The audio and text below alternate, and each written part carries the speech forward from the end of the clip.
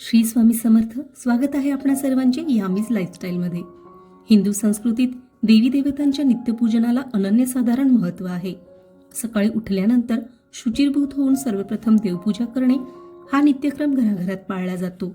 पूर्वीच्या काळी सूर्योदयापूर्वी उठून सर्व नित्यकर्मे आटोपून सूर्याला अर्घ्यदान केले जाई, देवपूजा केली जाई, तुळशी मातेला प्रदक्षिणा घातली जाई. आजही हा नित्यक्रम बऱ्याच घरांमध्ये नेमाने पाळला जातो. घराघरांमध्ये स्त्री पुरुष देवपूजा करत असतात. पुढे पुढे पुरुषांवर कुटुंबाचा गाडा चालवण्याची जबाबदारी असल्यामुळे पुरुष मंडळी सकाळी कामावर लवकर निघून जातात किंवा घरातील कामांची जबाबदारी घेत नाहीत. त्यामुळे देवपूजा करण्याची घरातील जबाबदारी आपसुकच स्त्रियांवर येऊन पडलेली आहे. जसजसा काळ जाऊ लागला तसतशी स्त्री सुद्धा शिकली. घरातल्या कामांसोबतच कुटुंबाचा गाडा ओढण्यासाठी स्त्री पुरुषाच्या खांद्याला खांदा लावून काम करू लागलेली आहे. अलीकडे बऱ्याच स्त्रिया नोकरी करू लागल्या आहेत. तसेच कुटुंबे छोटी झाल्यामुळे घरातील एकाच स्त्रीवर खूप साऱ्या जबाबदाऱ्या येऊन पडलेल्या आहेत. त्यामुळे घरातील कामांना स्त्रियांना वेळ कमी मिळू लागलेला आहे. पूर्वीच्या काळी घरातील ज्येष्ठ स्त्री देवघराची जबाबदारी सांभाळत असे. देवी देवतांचा अभिषेक करून षोडशोपचारे पंचोपचारे पूजन करत असे. पण आधुनिक काळात एकाच स्त्रीला अनेक जबाबदाऱ्या पार पाडाव्या लागतात. त्यामुळे देवपूजेला सुद्धा बऱ्याच स्त्रियांना फारसा वेळ उपलब्ध होत नाही. दररोज अभिषेक करून कुंकुमार्जन करून पंचोपचारी पूजा करायची म्हटली तरी अर्धा तास तरी लागतोच. पण बऱ्याच भगिनींना सकाळच्या गडबडीत अगदी चहा नाश्त्याला सुद्धा वेळ मिळत नाही. त्यांची विधिवत देवपूजा करण्याची खूप इच्छा असते पण वेळ नसतो. त्यामुळे कमीत कमी वेळात देवपूजा कशी करता येईल जेणेकरून देवपूजा केल्याचे आत्मिक समाधान आपल्याला मिळेल हे जर तुम्हाला जाणून घ्यायचे असेल तर व्हिडिओ शेवटपर्यंत नक्की बघा.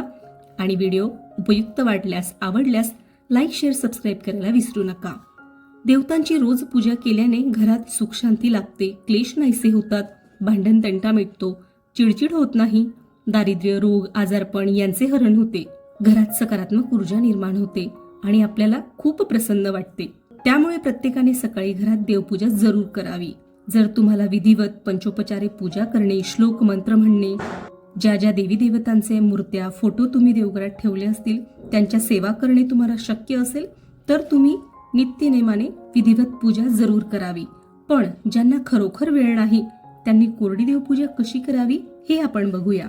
तर दररोज आपण देवांची आंघोळ घालतो, परंतु कोरड्या देवपूजेमध्ये देवांना दररोज आंघोळ नाही घातलीत तरी सुद्धा चालते. त्याऐवजी पुढील पद्धतीचा तुम्ही अवलंब करू शकतात. आदल्या दिवशी तुम्ही जर फुले वाहिलेली असतील तर ती सर्व फुले उचलून घ्यायची आहेत. तसेच देवघराजवळच गंगाजलाची बाटली भरून ठेवायची आहे. आणि तुमच्याकडे जर गंगाजल नसेल, घरातील जे साधे शुद्ध पाणी असते ते पाणी घेऊन हे गंगाजल किंवा पाणी एका फुलाच्या साहाय्याने सर्व देवी देवतांवर शिंपडून घ्यायचे आहे. शुद्ध पाणी किंवा गंगाजल शिंपडल्यामुळे देवी देवतांचे स्नान झाल्यासारखे होते. देवी देवतांचे प्रत्यक्ष स्नान घालणे शक्य नसल्यास अशा पद्धतीने फुलाने पाणी किंवा गंगाजल शिंपडले तरी सुद्धा देवी देवता शुद्ध होतात. त्यानंतर सर्व देवांना गंध आणि अक्षता लावून घ्यायच्या आणि ताजी फुले वाहावीत. खूप सारी फुले वाहणे शक्य नसल्यास किमान एक तरी फुल वाहावे. तसेच घरी फुले नसतील तर बाजारातून एकदाच थोडी जास्तीची फुले म्हणजे साधारणतः 2 ते 3 दिवस पुरतील एवढी फुले आणून ठेवावीत. आणि ही फुले एका कॅरी बॅग मध्ये किंवा कापडात बांधून फ्रीजमध्ये ठेवावी. आणि गरजेप्रमाणे देवपूजेच्या वेळी एक एक फुल काढून देवांना वाहावे. तसेच तेलाचा किंवा तुपाचा दिवा लावावा. देवाला वापरायचे तेल देवघराच्या जवळच ठेवून घ्यायचे आहे. तसेच जास्तीच्या वाती आणून ठेवाव्या.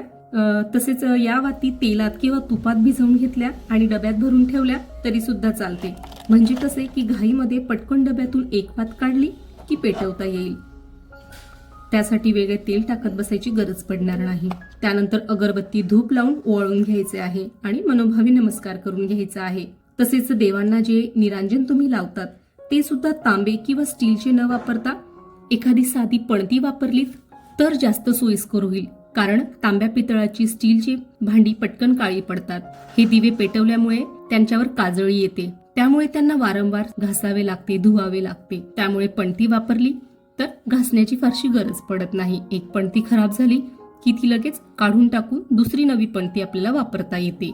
त्यानंतर देवतांना दररोज काहीतरी गोडाधोडाचा नैवेद्य ठेवायचा असतो. तुम्हाला दररोज गोडाचा नैवेद्य बनवणे शक्य नसल्यास किमान साखर किंवा खडीसाखरेचा नैवेद्य ठेवला तरी चालतो. यासाठी खडीसाखरेचा एक डबा भरून तो देवघराजवळ किंवा देवघराच्या ड्रॉवरमध्ये ठेवून घेतला तरी सुद्धा चालेल. त्यामुळे नैवेद्य अर्पण करायला जास्त वेळ लागणार नाही. पटकन डब्यातून खडीसाखर काढली की देवांपुढे ती ठेवता येईल.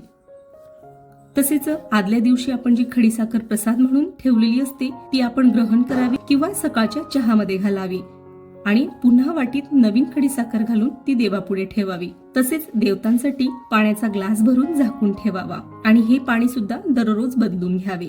तर अशा पद्धतीने तुम्ही रोजची देवपूजा करू शकतात. अगदी 2 ते 3 मिनिटात तुमची ही सर्व देवपूजा करून पूर्ण होते. तसेच दररोजची देवपूजा करताना आपली धावपळ होऊ नये, पटापट देवपूजा व्हावी यासाठी पुढील काही गोष्टींची काळजी घ्यायची आहे. तुम्हाला दररोज देवपूजा करणे शक्य नाही, त्यामुळे देवघरात जास्तीचे देव ठेवायचे नाहीत. कारण प्रत्येक देवाची एक विशिष्ट सेवा करायची असते आणि तुमचे जर या सेवा करणे जमणारच नसेल तर जास्त देव वाढवण्यात काहीही अर्थ नाही.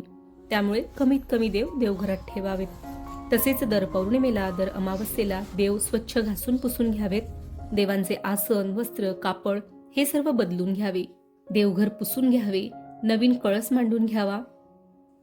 देवघरात जाळे जळमोटे येऊ देऊ नये. धूळ दिसल्यास लगेच स्वच्छ करावी.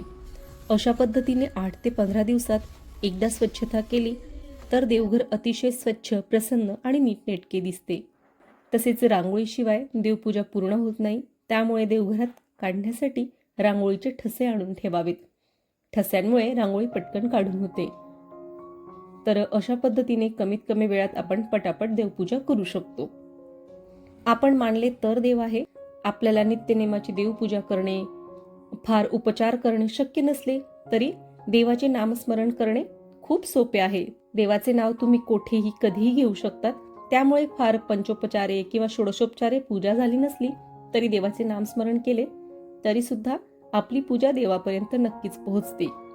तसेच देव आहे किंवा नाही, देवपूजा केली तर काय होते, नाही केली तर काय होते, देव कोपतो का किंवा खूप प्रसन्न होतो का, खूप पुण्य मिळतं का की पुण्य नाही मिळत, या सर्व वादविवादात न पडता देवपूजा केल्यामुळे आपल्यात कोणकोणते सकारात्मक बदल होतात याचा विचार करावा.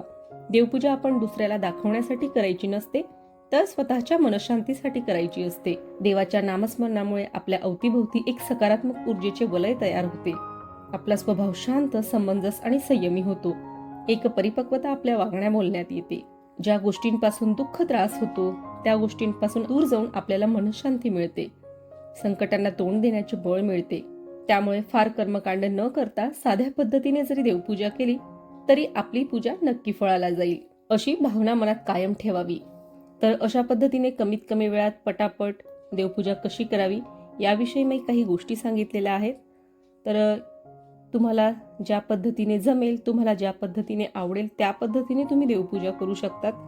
कारण प्रत्येकाचे स्वतःचे काही आचार विचार असतात, स्वतःची काही मतं असतात, स्वतःची काही आवड असते. तर त्याप्रमाणे तुम्ही देवपूजा करू शकतात. तर अशा पद्धतीने आपण कमीत कमी वेळात देवपूजा कशी करावी याविषयी माहिती देण्याचा मी प्रयत्न केलेला आहे. तर ही माहिती तुम्हाला नक्कीच उपयुक्त वाटली असेल अशी मला आशा आहे. तर व्हिडिओ तुम्हाला आवडला असेल तर लाईक, शेअर, सबस्क्राईब करायला विसरू नका. भेटूया पुढील व्हिडिओमध्ये. तोपर्यंत श्री स्वामी समर्थ. धन्यवाद.